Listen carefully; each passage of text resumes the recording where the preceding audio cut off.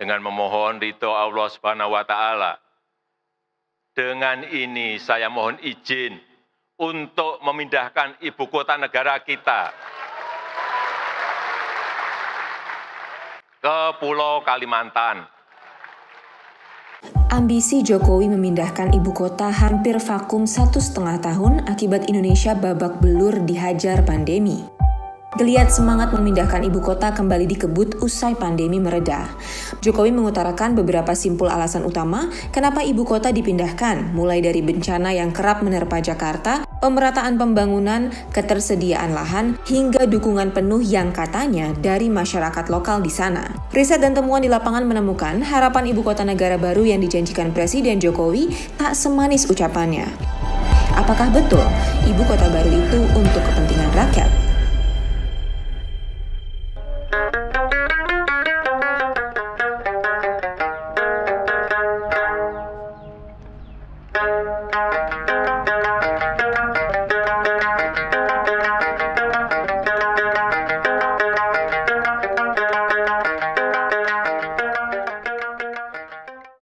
Ada pertanyaan, kenapa di Kaltim?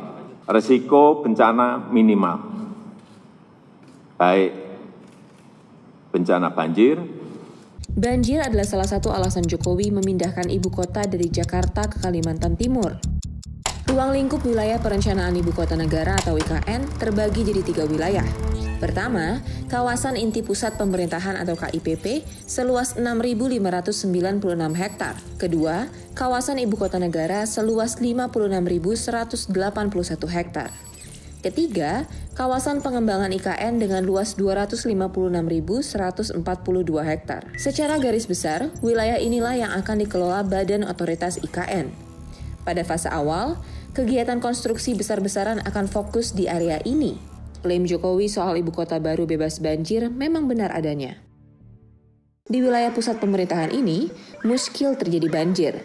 Ya, kondisi topografi memang daerah perbukitan. Dari peta topografi ini terlihat banjir sih memang tidak terjadi di sini, tapi banjir parah mengancam di pedesaan di bawahnya. Dan itu sudah terjadi sekarang.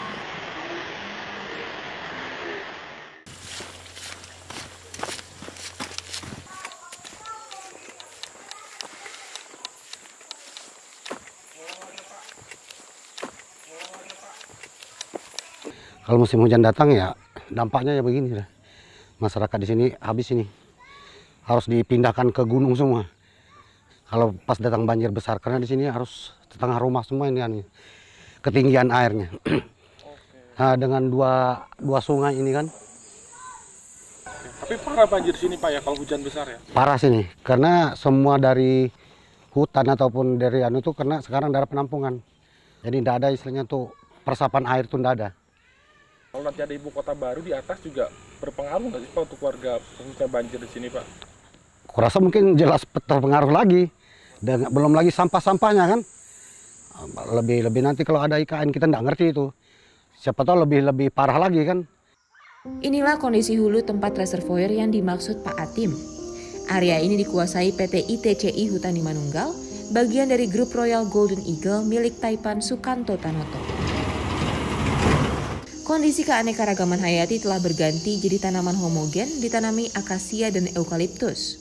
Pohon ini dipakai sebagai bahan baku kertas. Karakteristik pohon ini akan siklus panen 5-6 tahun sekali. Ketika panen terjadi, bukit langsung gersang dan gundul. Wajar ketika terjadi hujan, air langsung meluncur ke bawah. Area perbukitan tandus ini kelak jadi pusat pemerintahan Indonesia. Agar kawasan ini tidak banjir, maka air harus dialirkan secepat mungkin ke area teluk lewat sungai-sungai di sekitarnya. Salah satu strategi pencegahan banjir yang dilakukan pemerintah adalah dengan melebarkan sungai sepaku. Pihak Kementerian PUPR pun telah memasang patok-patok pelebaran sungai. Ancaman penggusuran kini mulai menimpa warga lokal yang tinggal di sepanjang bantaran. Tidak mau nanti mungkin terusir dengan sendirinya. Seperti di sana kan sudah beberapa rumah itu yang positif kena tengah rumah memang. Dengan adanya penurapan nanti itu. Nah kita masyarakat ini kan bingung nanti mau dikemanakan kita. Tanpa ada IKN kan kita sudah menderita sudah. Yang merugikan masyarakat lah istilahnya kan. Tapi kita mau apa lagi karena pemerintah yang punya kemauan. Ya jadi kita harapkan pemerintah memikirkan orang lokal lah istilahnya, orang pribumi. Bukan hanya setahun 2 tahun di sini kan. Sudah kan ratusan tahun. Artinya itu sebelum NKRI kan. Dengan ada nenek moyang kita dulu kan. Nah kami ini istilahnya bingungnya ke situ. Kepada siapa kita mengadu kan gitu. Banjir ketika musim hujan, kekeringan ketika musim kemarau. Itulah yang terjadi di wilayah kawasan inti pemerintahan Kelak. Di Desa Pemaluan, yang jaraknya 9 km dari Istana Presiden, pasokan air bersih mutlak hanya mengandalkan air hujan. Saat musim kemarau, warga harus membeli air dengan harga relatif mahal. Ya kalau air di sini kalau lagi hujan sebulan nggak ada sudah beli air kita. Sesusah kayak gimana sih Bu untuk dapat air di sini Bu? Ya air bersih itu susah di sini. Kita harus beli dari luar. Dari luar. Kalau gali sumur pun nggak ada? Nggak dapat. Berapa kali pengeboran nggak dapat airnya. Pengeluaran air berarti berapa Ibu biasanya Bu? Setandon begini 60.000. Paling lama 2 hari kita pakai. Berarti sebulan untuk air habis berapa pengeluaran? Sampai 600-an, 800-an sebulan untuk air aja itu. Itu air untuk konsumsi diminum atau dimandi? Itu untuk mandi, nyuci aja. Ya kalau untuk air bersih beda lagi harganya. Harganya beda lagi? Iya beda lagi. Berapa itu? Dia sekitar 80-90-an. Kemana Bu misalkan kalau beli air? Kalau beli airnya di bagian wilayah bawah. Berapa kilo dari sini beli air? Sekitar 8 kilo sampai 9 kilo. Itu apa? Bawanya pakai apa? Pakai ini. Harus pakai mobil? Iya pakai mobil. Kalau yang nggak punya mobil berarti gimana? Beli sama yang punya mobil. Bayar lagi itu? Iya bayar lagi. Kita bayar. Riset BPPT pada 2020 menyebut ada masalah terkait ketersediaan air baku di Ibu Kota Baru Kelak. Seperti yang dikatakan Ibu Ami, krisis air baku tak hilang seketika hanya dengan mengebor tanah saja. IKN terletak pada perbukitan lipatan yang tersusun oleh batuan pasir, lempung, dan batu bara. Lazim seperti daerah kaya batu bara, karakteristik tanahnya jelek dalam menyerap air. Terlihat dari peta hidrologi BPPT ini, potensi air tanah di wilayah IKN sangat rendah. Itulah mengapa ketika wacana IKN muncul, pemerintah ngebut membangun 3 bendungan sekaligus untuk mengakali masalah kekurangan air ini. 3 bendungan rencana dibangun adalah Bendungan Sepaku Semoy, Bendungan Selamayu, dan Bendungan Batu Lekek. 2 nama terakhir urung dibangun karena keterbatasan dana. Mutlak ketersediaan air baku menggantungkan pada Bendungan Sepaku Semoy. Masalahnya, ketersediaan air baku maksimal di Sepaku Semoy hanya 1.100 liter per detik. Angka ini nggak akan cukup mengikuti pengembangan IKN yang semakin meluas. Dalam kondisi inilah, swasta mengambil peran mengeruk untung. PT Arsari Tirta Pradana, perusahaan milik Hashim Joyo Hadikusumo yang juga adik Menteri Pertahanan Prabowo Subianto, jadi pemain penting memasok air minum IKN. Mereka akan membangun bendungan di dalam area konsesi HGU milik PT ITCI Kartika Utama. Perusahaan kayu ini juga dimiliki Hashim. Secara fisik kontur alam tak sulit membangun bendungan di area ini. Sebab topografi wilayahnya yang sudah berupa embung bisa terlihat dari citra satelit ini. Kapasitas air baku dipasok dari bendungan milik adik Prabowo ini berkisar 4.000 liter per detik atau lebih besar ketimbang air baku yang dipasok pemerintah. Tak hanya benefit dari bendungan, keluarga Prabowo juga akan dapat keuntungan dari sektor pelabuhan. Dalam dokumen presentasi rencana tata ruang IKN yang disusun Bappenas, terungkap proses konstruksi di fase awal akan bergantung pada 2 pelabuhan milik swasta di Teluk Balikpapan. Pelabuhan ITCI Kartika Utama ini sudah lama tak dipakai karena aktivitas logging kayu yang sudah habis. Nantinya, pelabuhan terbengkalai ini akan sibuk dengan hilir mudik kapal-kapal besar membawa muatan konstruksi IKN. Begitupun juga dengan pelabuhan ITCI Hutani Manunggal milik Sukanto Tanoto. Pelabuhan ini jadi akses utama mengangkut kayu bahan baku dari Sepaku menuju pengolahan kertas April Group di Riau.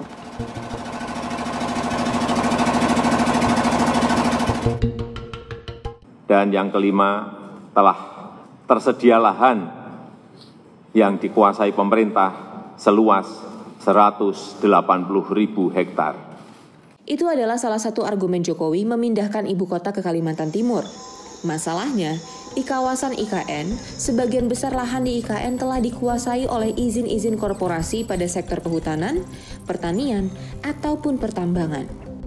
Ini adalah izin pertambangan di dalam area IKN. Jumlahnya mencapai 144 izin konsesi tambang. Beberapa di antaranya dimiliki elit di Jakarta seperti Luhut Binsar Panjaitan, anak Setia Novanto Reza Herwindo, Yusril Iza Mahendra, hingga bos nikel pemilik Harita Group Lim Haryanto Wijaya Sarwono. Beberapa wilayah konsesi ini tumpang tindih dengan 2 konsesi kehutanan berstatus IUP HHKHA milik Hashim Joyo Hadikusumo lewat PT Kartika Utama dan IUP HHKHT milik Sukanto Tanoto lewat PT ITCI Hutani Manunggal yang menguasai area barat IKN. Dari peta yang tumpang tindih ini membuat kita bertanya, bagaimana skema untuk pembebasan lahan-lahan yang telah dikuasai oleh korporasi tersebut? Alhasil, wacana tukar guling izin pun mencuat.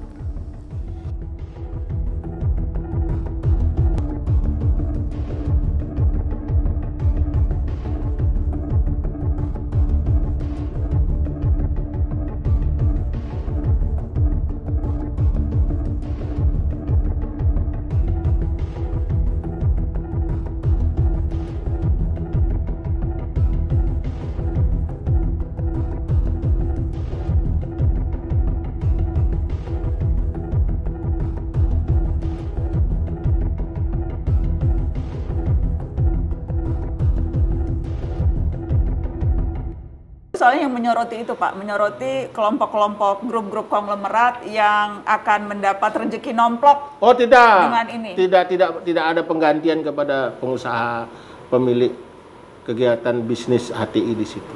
Enggak, misalnya diganti enggak ada itu.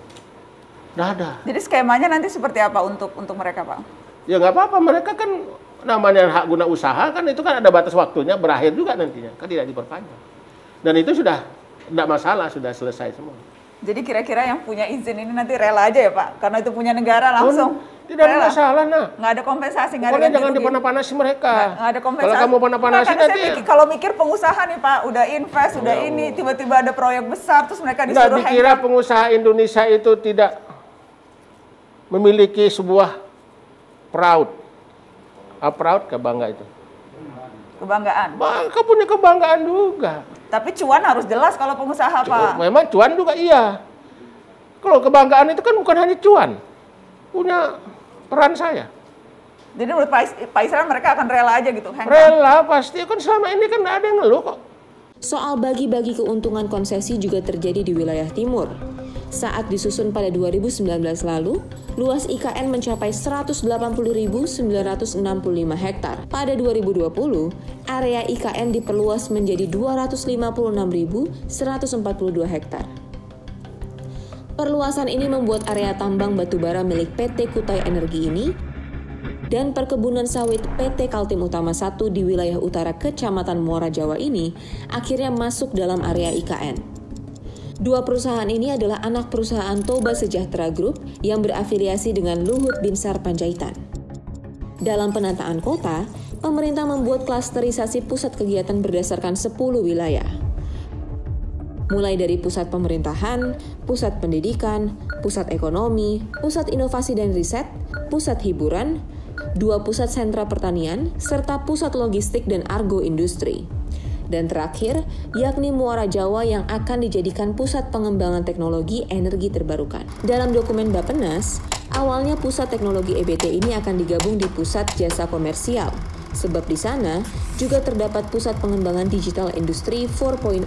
Itu artinya segala hal yang berkaitan dengan energi terbarukan, baik itu riset pengembangan atau pabrik industri, akan berlokasi di Muara Jawa. Dan disinilah pusat industri mobil listrik itu akan berkembang.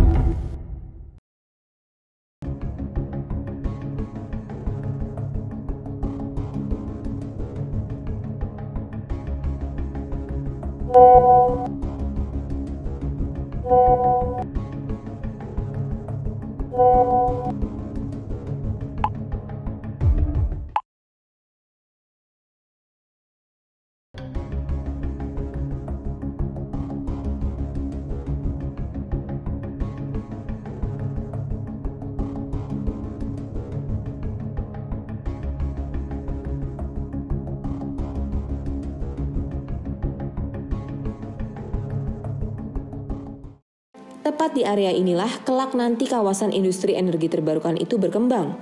Meski begitu, penolakan keras datang dari warga. Mereka khawatir dan menolak keras wacana pembangunan kawasan industri di area ini.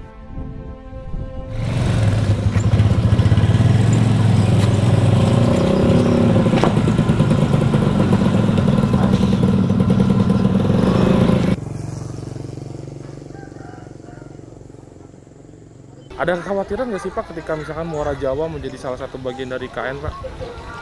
Jelas, kalau wawancara di warung kopi itu dari mulut ke mulut, jelas kami merasa khawatir. Ketidakmampuan SDM kami yang lemah dan lebih rendah daripada di pulau lain, itu yang mengakibatkan kami itu tidak percaya diri.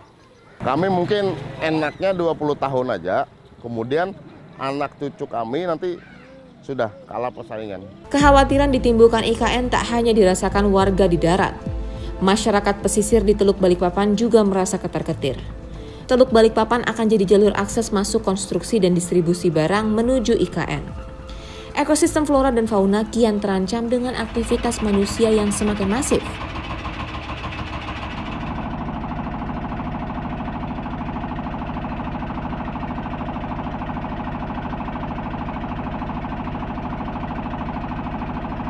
Ini kalau yang di seberang sana itu terumbu karang paling unik itu, yang di Pelabuhan Wilmar ini. Itu ada terumbu karang, terus juga ada padang lamun yang sangat bagus. Itu tempat bermainnya dan makannya si pesut di situ. Sekarang sudah susah pesutnya. Terumbu karangnya juga sudah mulai rusak. Sebenarnya industri boleh, cuma harus ada aturan konsorsium yang membuat mereka tahu bahwa mana yang harus dirusak dan mana harus tidak gitu. Harus ada aturan itu. Nah, selama ini mereka saya lihat tuh selalu meluas-luaskan areanya industrinya. Ini kalau di belakang ini nantinya ini seperti pelabuhan lah gitu. Yang pasti yang sekarang yang terjadi adalah ini tadi hujan ini ngebawa ini air jadi keruh gitu. Nggak bagus buat satwa yang ada di Pantai Mada ini gitu. Yang pasti ini industri yang bakalan ngerusak alam. Intinya itu. Nanti akan banyak, pastinya akan banyak kapal lalu lalang di sini, kapal besar lalu lalang, dan itu membuat bekantan yang ada di sini ini akan berpindah lagi gitu. Padahal di sini adalah rumahnya. Kehidupan nelayan juga kian terusik sebab susahnya mencari ikan akibat kondisi laut yang kian tercemar. Kondisi nelayan di Teluk Balikpapan kayak gimana sekarang Pak? Susah sekarang. Susah ya? Boleh lihat ikannya nggak Pak? Dapat udah berapa Pak? Baru berapa? Dua ekor. Nah. Baru dapat segitu Pak? Iya. Nggak ada lagi. Sudah itu dari kapan Pak? Dari pagi. Mulai dari pagi. Dari jam berapa? Jam 6. Ya? Baru dapat berapa? Nah. 2 ekor ikan, 2 ekor udang. Padahal modal minyak gimana nih? Modal minyak ke 5 liter. Jauh dari tangkapan ya? Iya. Nggak nutup sama sekali, malah rugi ya? Nggak nutup, malah rugi.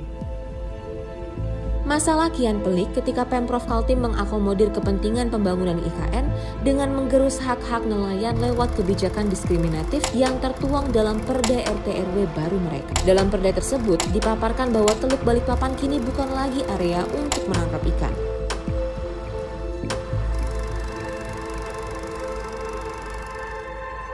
Yang baru disahkan oleh Mendagri dan kemarin telah diputuskan oleh Pansus DPRD Provinsi Kaltim, itu salah satu keputusannya adalah wilayah Teluk Balikpapan itu tidak menjadi wilayah tangkapan nelayan tradisional dan masyarakat pesisir. Dan saya makanya tanya sama Pak Mukmin, Pak sama Ansa, apakah Bapak pernah dimintai pendapatnya soal itu, dimintai persetujuannya soal itu?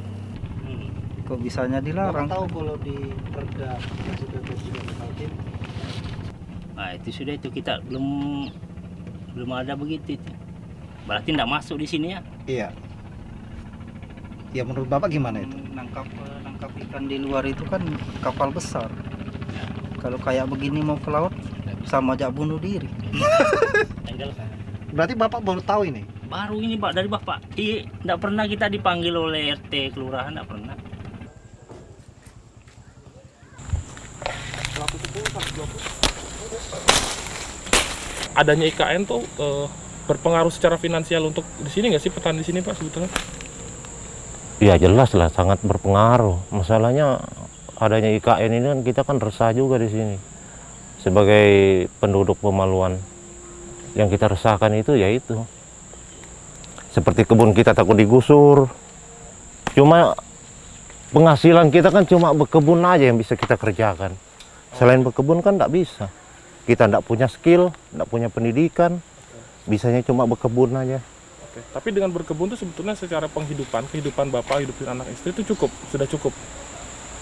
Ya alhamdulillah, lebih daripada cukup, kita bisa nabung kan. Ya, ketimbang kalau misalkan bekerja gitu, menjadi bekerja perusahaan orang lain itu lebih menguntungkan mana sebetulnya Pak? Kalau saya pribadi sih ya lebih menguntungkan kita berkebun ketimbang kerja di perusahaan kan. Tapi Bapak sebetulnya menolak atau mendukung Pak di Ibu Kota Baru Pak? Saya sih menolak. Banyak sebenarnya memang penelayan menolak memang. Banyak nolak. Mau kerja apa kita kalau sudah rusak di sini kan? Cuma ini aja kami bertahan hidup nelayan. Tapi nggak pernah juga ditanya gitu, nelayan-nelayan ditanya setuju atau tidak dengan Ibu Kota Baru itu pernah? Belum ada. Barusan kita nanya begini. Barusan kita ya. Sudah banyak, kita belum pernah katanya. Tapi memang benar nelayan menolak ya? Iya, menolak. Setuju nggak sih dengan adanya proyek IKN di sini? Nggak setuju. Sangat tidak setuju. Kenapa sangat tidak setuju? Ya, merusak satwa itu untuk keberlangsungan keberadaannya. Soal IKN ini Pak, harapan Bapak gitu Pak? Harapan saya sih, semoga aja nggak jadi. Jelas kami sudah kalah. Mungkin anak cucu kami nanti mungkin ada nanti tuh. Seperti orang Betawi juga tidur di kolong jembatan, ngumpul barang bekas. Artinya jadi penonton lah di kampung sendiri.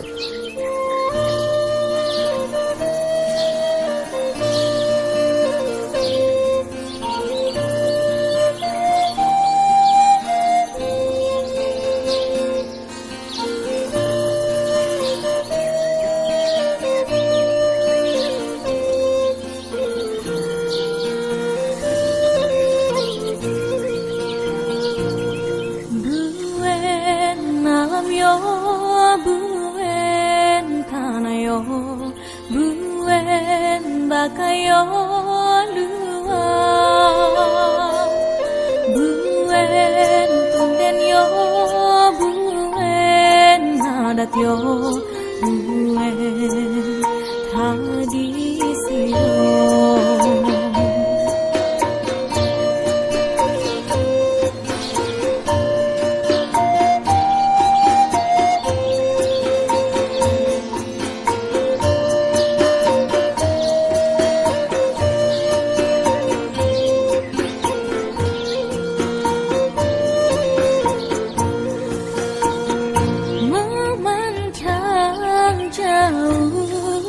Hijau rimbaku menari enggak di dalam kalbu pesona.